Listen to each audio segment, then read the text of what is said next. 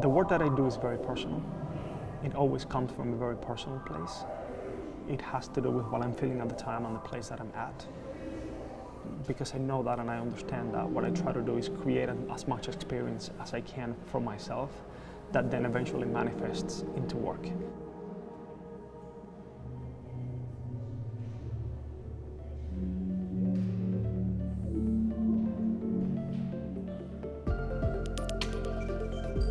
I went to school for graphic design in the Superior Institute of Graphic Design in Havana, Cuba. Right after college, I moved to the States. That's where my professional career began, both in creating advertising work and in the extra hours I would create my personal work. Throughout the years, I have realized that much better work always comes as a result of not creating divisions between one thing and another one. So I have tried to merge the two of them. When I was at school, I started experimenting with photography. Throughout the years, the work that I have created has expanded from photography to projection, to interaction, to using sensors, to using lights. I have realized that there's not one specific thing that triggers creativity in my case. It's a combination of experiences that eventually something out of it comes in a form of a project or a piece of work. The Fragility of a Promise is a project that explores the dynamics between the forces of power outside of my control and myself. In thinking about the work and contextualizing the work in its physical form, the idea honed on a number of lights, over 1,000 individual LED lights that are structurally hanging from the ceiling in a concentric kind of way. The arts put the viewer right in the center of the attention, underneath the piece, underneath the concentric circles, right in that center point. Every single one of the lights is pointing at you, is flashing at you, is lighting up and illuminating you. But it's not all of them at the same time necessarily, it's in a pattern. They're coming in and out, almost in the same way your community, your network activates at a certain point in life to facilitate something. So the way I explore this specific concept is by providing a place to stand where you have direct sight to all these individual lights that come on at a certain point. To create an interactive, immersive piece, it is important that you feel that you're present in all possible ways. Having just a visual was not enough. It felt incomplete.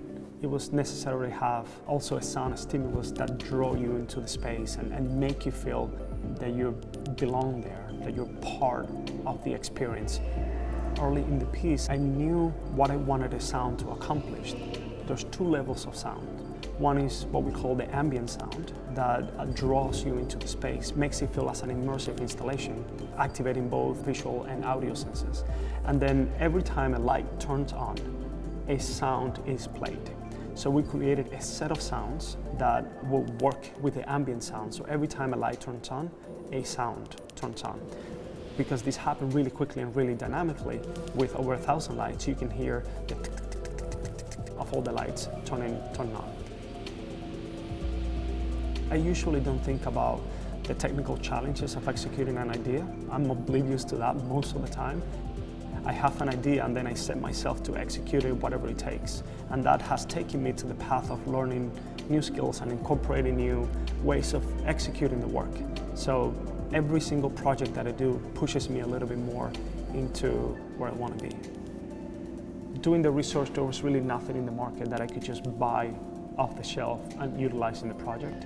Every single component of it has to be built from scratch. So that means that because there's 1,000 or more lights in it, every process to get it done had to be multiplied by 1,000. So if we had to put one screw in, that meant putting 1,000 screw in, and if it's two, then it's 2,000. A lot of the project was created using traditional ways of manufacturing. Some of the components were produced with laser cutting. We use a state-of-the-art laser cutting machine to cut some of the individual parts that made the final installation. Some of the other elements were completely handmade, hand-cut, hand-sanded, hand-painted, hand-assembled. To realize this project, we had a lot of help from the community. We had people of all ages coming in and helping. We had really young kids all the way to senior citizens just being there, helping, even if it's just a little bit.